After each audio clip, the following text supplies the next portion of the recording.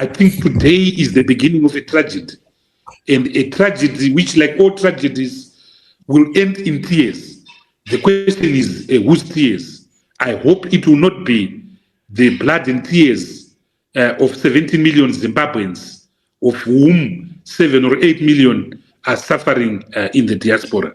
Excited that we have gone past this hurdle, and I want to congratulate all the parliamentarians for a very good decision that we have made in terms of the constitution of our country. This is very progressive, what we've done today. I know we still have another step to take. There's still the Senate that is to sit and debate on this issue and also decide. But having said that, I'm very excited that we've made a positive step in going forward. This is very progressive in that the constitution, that with the changes that we've come up with, speak to the aspirations of Zimbabweans. And I'm also very happy that people, agreed to moving back the registration of voters to the Registrar General. That's the right thing to do, and as I alluded to yesterday, that the system that we have deployed in the department, in the ministry, in the Registrar General's office, which will make life easier. As I mentioned yesterday, what we want to see, the ultimate objective, is that people, when they attain the age that allows them to vote, they should be registered automatically by the system. It should not be a question of whether one chooses to vote or not, but people should not struggle, should not go into the queue to register to vote. This should happen automatically, in my view. So with the system that we are deploying, when everything is said and done, this will be very possible that as soon as someone reaches the age, reaches 18 years of age, automatically the system can detect that the person that was issued with an ID when they turned 16, now they are 18. The system should automatically make them voters. Then it now remains a question of choice. But otherwise, everybody should be a voter without any struggle. That's the ease of doing business that the president is always talking about. Life must be made easy, and that's what we're going to do. And I'm glad that this has been endorsed by Parliament. Thank you. And also, presidential term limits set very important precedents in any country. That people know that leaders come and go. No one out of 14 million people can say they've got the absolute answers of where the country must go. It is precisely for that reason that politicians, whether good or bad, ought to be changed. And I think that what people of Zimbabwe ought to understand is that when you make democratic means of changing government impossible, you are automatically making undemocratic means of changing governments possible. So this is the risk that our country faces. When you make it impossible for people to change governments constitutionally, you are making the only pathway of changing government being the unconstitutional rules. So now, this is a dangerous path for the country. This is a dangerous path for the country's democracy and the country's stability. So we ought to understand, and those in ZANU-PF ought to read the script of those that have attempted to do the same across the African continent, and learn from that history, because it is instructive of what happens and what befell of those that undermine democratic processes. Because when undemocratic means of changing government become the only option, the danger is upon that leadership of the time, and the country becomes the immediate casualty, because the country is set into the path of uncertainty. So we hazard that let us remain within the constitutional purview of following the text of that document to the letter and the spirit, and change leaders. It doesn't matter whether you are doing good or doing bad. Term limits were set by Zimbabweans, and it ought to be respected. They knew that they wanted to extend the term of office for Mr. Mnangagwa, and they knew the constitutional route and options that existed is going through two important referendums so that Zimbabweans put their opinion. But look, this is a regime that knows that they're not going to win an election, because the referendum, if it was conducted, and if conducted, I know that it's no longer possible right now to have a referendum given the time frames for the next election. But they knew that a referendum would be an election on Mnangagwa himself. So they will never allow an election before an election, because they will lose that. And when they lose that, they know that it will obviously be a precursor of what is going to befall them in 2028. I mean, this is a group of people that have never won an election, not just a presidential election, but check upon their history of what transpired in Kwekwe. You'd know that these are people who have a history of being rejected by ordinary people. You know, in English, there is a phrase which says, give a dog a name, then beat it. Yeah. The name Zvigananda, I know it from the war. I was at Chitepo College. It generally referred to what is called the petty bourgeoisie. In Marxist class analysis, human beings, society, human society, people are placed in classes. And there's a class struggle between one class and another, the workers, the peasants, you know, the middle class, then the super rich. This is generally Marxist theory about how society develops. So the petty bourgeoisie was translated with Zvigananda. But this is about society. Now, because people were ambitious for power, in the 1976 Vashandi rebellion, they start labeling somebody to Chiganand, Muhondo. But being labeled in a class is in relation to your ownership of property. Muhondo hapana property. So how do you label somebody Chiganand, Muhondo, simply because of ideas? So behind it was an attempt to grab power.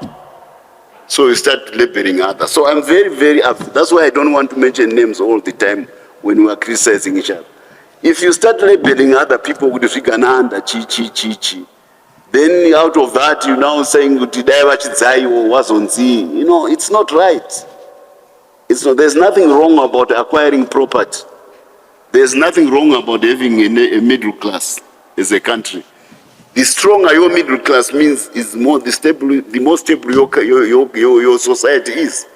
Because people with property are not prone to behave in a certain manner. That's why by land reform we gave everybody property in Zimbabwe. So by definition, vanhu vese vane minda vakapiwa minda vaZvigananda. Vanhu vese vari kuchera migodhi vari kupiwa mashaft zvaZvigananda because they've got property. Now you abuse that term now, you want to use it for political purposes because you've got ambition as a politician. And uda kutaura zvinhu zvekuda zvakaitika uda kusenzesa kuti Muhondo ndakazoti ndikazodaiwo. We don't, that's not the way to go as a country. And if you aspire to be leadership at the national level by labeling others Zimbabweans, it's not right. That's not the way. We must not divide ourselves. If there's bad conduct, let it be at individual level. But not have a whole classification of people. And incidentally, Varungu Vazhinji vakaita inherit money from the colonial era. They are bigger as Gananda if it's in relation to property. Saka kana mari yaitwa nemboya nemhoso ikaitwa nevarungu nevamwe vese nemaindia haina mhoso, hakuna Zvigananda ikoko zvinongowanikwa ikoko. No, we shouldn't do that. And I think we Zimbabweans deserves better from political leadership at the highest level, especially that leadership which has got a background yekuhondo. We need to carry ourselves in such a manner that our conduct is beyond reproach. It's not right to start labeling and then there are laws in the country, there are courts in the country who deal with people who have infractions about their conduct. And they say court vanotongo. Haikona ngoti because azvitiko kana riri benzi akazvidaro momupanishira upenzi. Vanowanikwa futi mapenzi mu society. So as a party that we frown upon the idea that you give a rubric, a label to other Zimbabweans, and then use that label to settle political scores with them. A lot of data. Now, unfortunately, we don't have Muchena. Muchena has very bad flu. You can't even hear him. That one of you or all of you can reflect on the things that Muchena was about to speak about. Muchena was going to give us a background to the position of the retired generals in particular, and former liberation forces with respect to current situation in Zimbabwe, including the context and implications of the meeting with Mnangagwa on 18th and 19th of May. We feel that the position, and this is why he was to join us, was to get the position of a very important factor in the Zimbabwe situation, the military. Because it's also clear, some of us, that there is a level of confluence between the retired generals and or veterans, or the large section of it, on the one hand, and the military in general. Is anyone prepared to offer some reflection on that before we move to the last stage of our discussion, which is really trying to frame what happens hereafter? We have heard from the lawyers among us, and also from James and Timber. That's not game over yet. There's going to be a vicious legal process. But we are also worried, we are also concerned about what happens with respect to the national dialogue, which must lead us to a dispensation, transitional arrangement to the next stage before elections are held. Anybody? Tendai, you want to come in? Professor Matuku, I know you know the...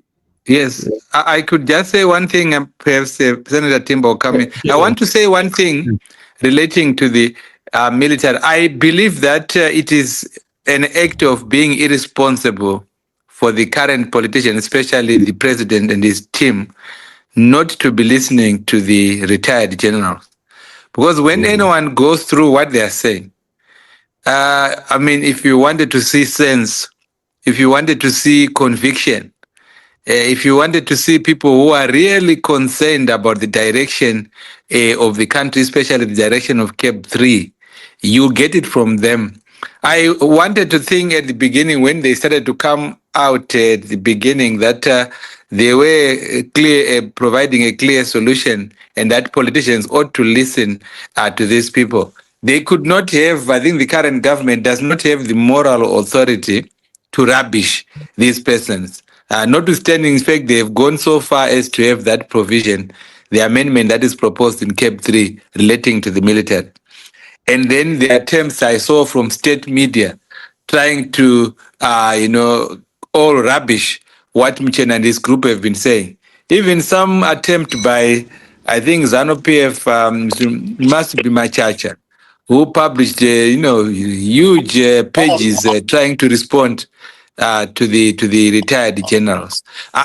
That's my conviction. It really is irresponsible, because what they are trying to do, and they are doing it very well, is to point to the clear security dangers that arise from the course of action that the current politicians are taking.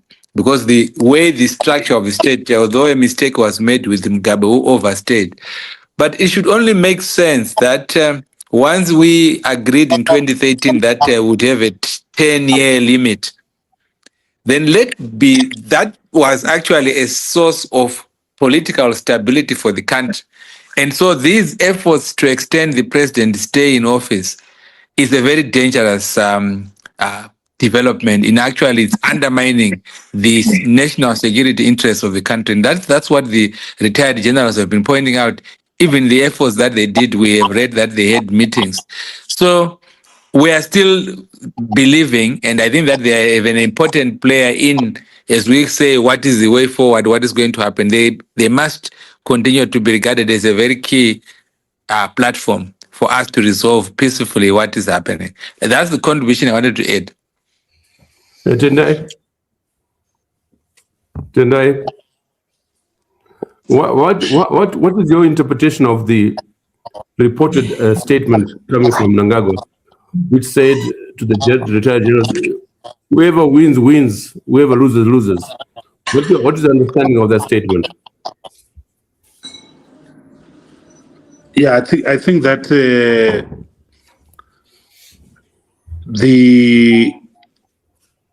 there's the absolute mishandling of the interventions by retired generals, particularly of the stature of Air Vice Marshal Muchena, retired, and some of the people that we've had behind that initiative, big names that we've had are behind that names. I think there's a total mishandling of that. There's also a total mishandling, in my submission, of the relationship in the presidency. I think there's no communication there. There's no communication there. So I feel that history is repeating itself, and I feel that it's deja vu, again. And I feel that this pursuit, this unrelenting push of CAB3 is just a complete disaster for everyone. And contrary to what the president has said, there's no winner. There will absolutely be no winner. There will be dead bodies. There will be a fractured state, and it will take us decades to recover. We've seen this. We're students of history. We've seen the impact of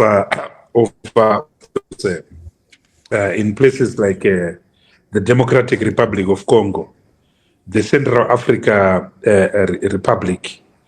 There is no peace at all. There is no winner. So this is regrettable. And the only solution is dialogue.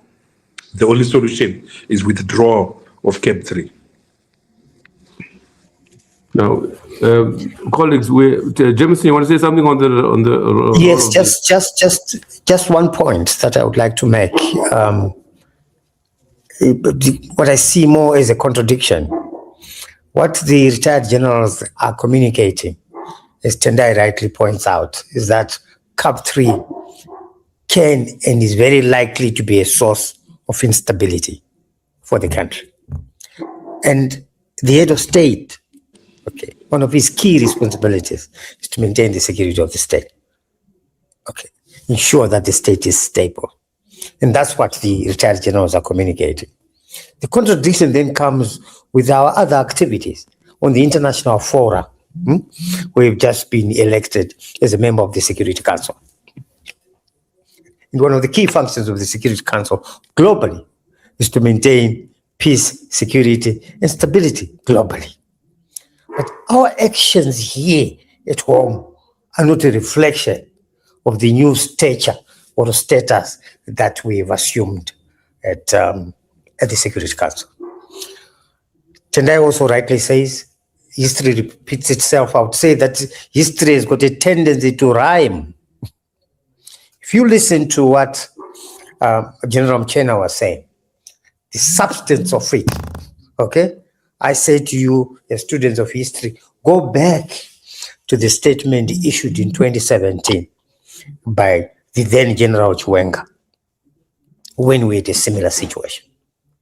If you look at the essence of what the two gentlemen said 10 years apart, they're saying exactly the same thing. And why we cannot learn from our history, one wonders. That's all I wanted to say. Oh, thank you. Now we have almost 1,000 people who have joined us on this discussion, and by tomorrow, easily 15,000, 20,000, as has been the case, or such sessions which have attracted so much attention across the globe. We would like to end this session with some indications to Zimbabweans out there, in the diaspora in particular, and here at home. Just a brief from each of you, beginning with Tendai, on the way forward.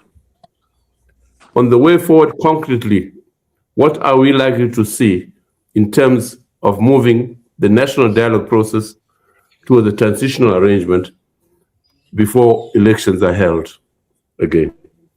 Tendai, your last word on this. I know you have already indicated the coalition in the making, which is a very important development. But I think people out there want to hear from yourselves, the three of you. Tendai? Yeah, I've already said what I wanted to say in the substance, that there's going to be a plethora of activities in the courts and politically. The coalition, I think Jameson should speak on that. Suffice to say that we all recognize that it's now long overdue and that all hands should be on deck. And there's already a lot of work that has been done, up to date, which explains why they failed to win the public debate.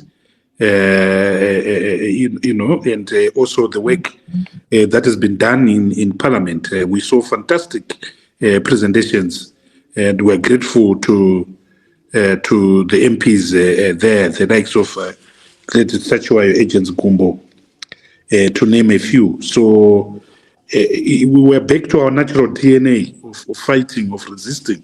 We've been doing this through our life, which is why I say today is not the end. Today is the beginning. Thank you very much. Thank you. Senator Jameson Timber? Yes. If you can also indicate what discussions we know from our side as PCC. We are working with the ZIPA element, the Zimbabwe People's Army, most of them, among them retired generals, who are joining us in the discussions towards a national dialogue framework on the 4th of July. And we, of course, we're inviting the NCA, DCP, CDF, ZCTU, and the heads of Christian denominations. And because we believe that the three forces that are here are important. And we also have the ZIPA element coming along. But so far, Jameson, what sort of discussions have you held with this very important element that has become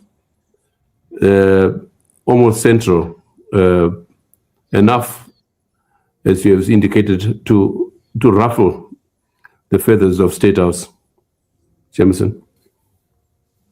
Okay. I hope I heard you, Prof. Let me say that with respect to a broad alliance, we,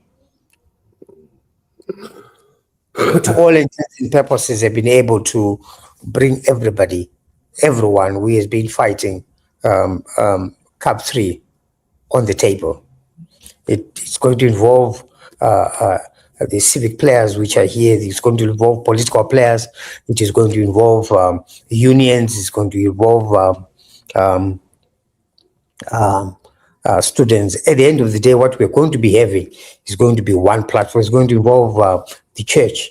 At the end of the day, what we're going to have is one, and speaking with one voice against CAB3. We have taken this time a little bit because there was work which was already on the ground, which we were doing separately, but all contributing to the common agenda that we have. The action taking place in court through Professor Maduku, through any activities from CDF, etc., any activities from DCP. All these things have been contributing. But we are going to be very soon making the relevant announcement with respect to the alliance for the defense of the Constitution. Talking to the issue of dialogue, there is no substitute for dialogue, Professor Ibo. At the end of the day, any conflict must end on a round table where people should be able to sit and find means and ways in which we can soft land the crisis in this country. A collusion, at the end of the day, will have casualties. And in most cases, it is the defenseless casualties who suffer the most, and we need to be able to find means and ways of avoiding that. So I would like to commend you, Prof, for your efforts in putting together stakeholders to discuss possibilities and a framework for dialogue as a way of soft landing the national crisis. So as DCP, we will participate as invited to any discussion that contributes to stability in our country, that also contributes to processes that can move our country forward beyond the current challenges that we have. I think that's what I can say for now. Thank you, Jameson. Thank you very much. Tezaras, Professor Madugu, last word from you. Yes, I can only add just to endorse what my learned colleagues have said, including Timber there. We are very much committed to working with others and to creating this broad alliance, a platform of all persons. We know it from what Tendai said from our history, that we are stronger when we are working together, and we have achieved a lot working together. So that's what we'll do. For the NCA, we will be participating in every initiative. And so currently we have asked Timber, who is actually coordinating behind the scenes, all the actions that will bring us together. And we are in full support. That is all I can say. Constitutional Court was never going to be in favor of the citizens, especially when the Constitutional Court was pitching the citizens against the executive. The Constitutional Court, the judiciary system as a whole, is no longer what it is supposed to be, a third independent arm of government, but it is now a co-opted arm of government that serves as an extension of the executive. Yatongove executive and mirror instruction from the executive. So ruling yesterday, they could strike off the 2 court cases that everyone was looking at was expected. The same way as today, the vote yaitika mu lower house, kuti legislature iri kulina kupi, was also expected.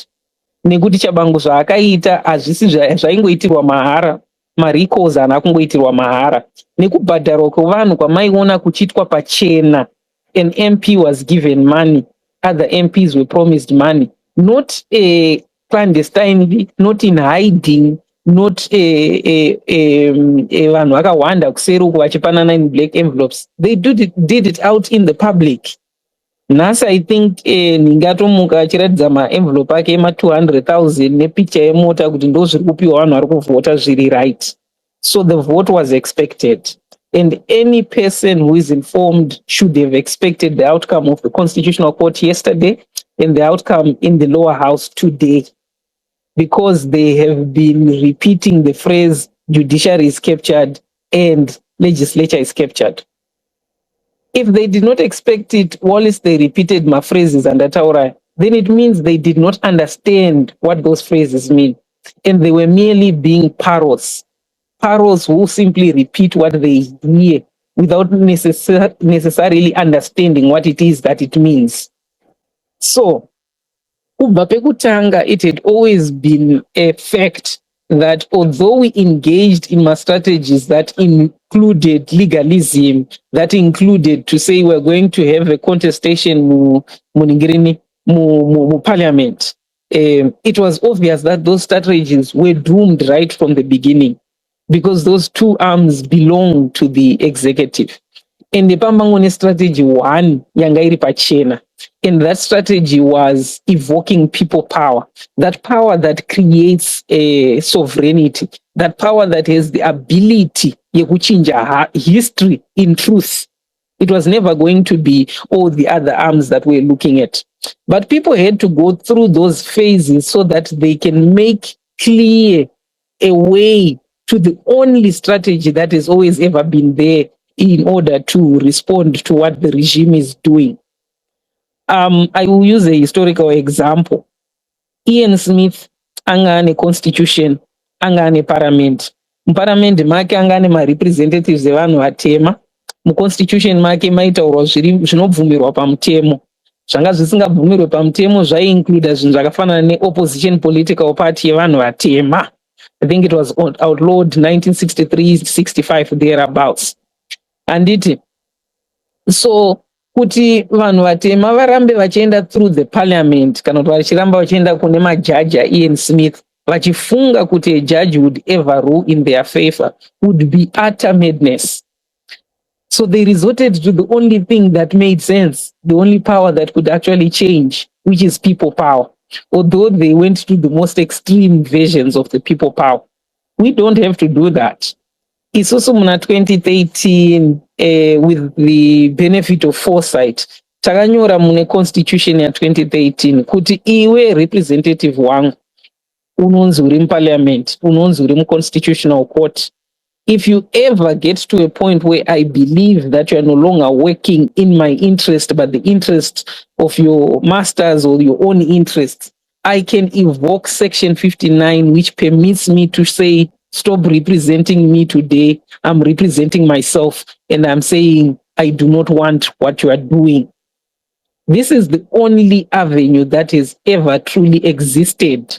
If all the other things that we have said in the past were true, if it was true that the judiciary was captured, it means we could never have pursued a legalistic battle with the intent to actually win and stop CAB3.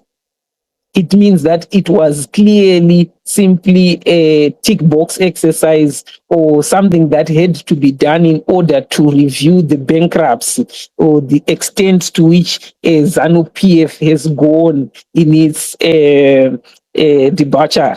Those are zviripo. It also means that kana tichitaura zve-legislature, we never expected kuti vanhu vari under the control of Chabango vanga vachavota any other way. Now, this brings me to the issue yekuti, are we now going to have the courage to take up the responsibility of freeing ourselves and the responsibility of stopping CAB3? Because it boils down to you, the citizens, coming and saying, I am an authority, a power that is greater than the Constitutional Court. Because the Constitutional Court is a representative of me that interprets what I wrote in 2013, what the other 16 million Zimbabweans together with me wrote in 2013 and was normalized, right? But in my presence, you don't have to interpret it. Or I can say your interpretation is wrong. And you can say the same thing to the parliament. The parliament, you are no longer a representative of me because of what happened in 2023, and also because of how you are presiding over this bill. I can represent myself. I want to present myself in the streets to say that. That's going to be the ultimate. That is the red line. That is the final line of defense that we have against CAB3. There is no other. You see, so the question becomes, as the citizens of Zimbabwe, are we ready to pursue that avenue that we captured in Section 59, or we are not? Then there will obviously come the question of leadership. Are there leaders that are willing to take us there? And I will say, of the leaders of the opposition of old, a lot have been put in a position where they are compromised, whether you're talking about the MPs or some that are not, because there are actions that they should have taken in earlier days that they have not taken. So to think that they will take very drastic actions now, it is highly unlikely. I hope they do. I'm optimistic. I hope they do. But it is highly unlikely. So it means the citizens should be willing to create new leaders, to become the new leaders amongst themselves. Because chino chida kuitwa ichi can also not happen spontaneously. Hatikwanise kungomuka mukoma Titus mangwana imi moti ndakuno demonstrate Section 59 muenda na 8 am inini pamwe ndo ndakuno demonstrate but ndobva ndaenda na 3 am tinonongwa 1-1, we will be easily dispersed. So it has to be a coordinated effort. A coordinated effort requires some form of centralization. That centralization is the leadership that we're speaking of. Whether they are leaders in the sense that they are the ones calling, they are the leaders in the sense that they are ones that are making sure that the whole body moves at once with one mission, right? So if the leaders of old will not be that, then you have to start listening to the leaders that want to be that in this moment, or to become the leaders that want to be that in this moment. No party. Otherwise, what is going to happen is, if we don't do that, CAB3 will sail the same way that Bill 1, Bill 2 sailed. And something that I had forgotten about the Constitutional Court, the reason why they emphasize that one case is premature and maybe should come after the parliament commits the offense is because vanoziva kuti kutraya kuzokorekta zvinhu retrogressively is an uphill battle, and the incumbent would already have won.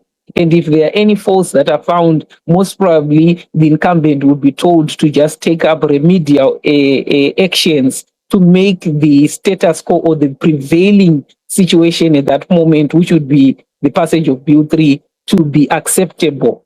Ndopatiri ipapo. Ma-citizens eZimbabwe muchamira here kupa umwe munhu responsibility yekuti akudefendei.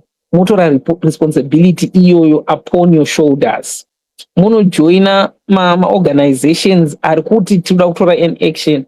Mucreate ma-groupings ari kutora those actions. Achamuka mumwe musi ari muma-streets eZimbabwe achitaura kuti zviri kutaura ZANU-PF, zviri kutaura parliament, whether ine CCC, MDC kana ZANU chete, ndezvekupenga. Those are our only options.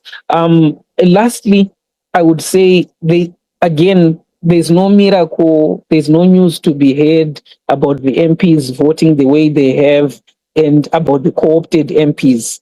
The co-opted MPs already showed you signs that they were co-opted and they were going to vote for the incumbent. That was already clear. The news would have been if they had voted otherwise.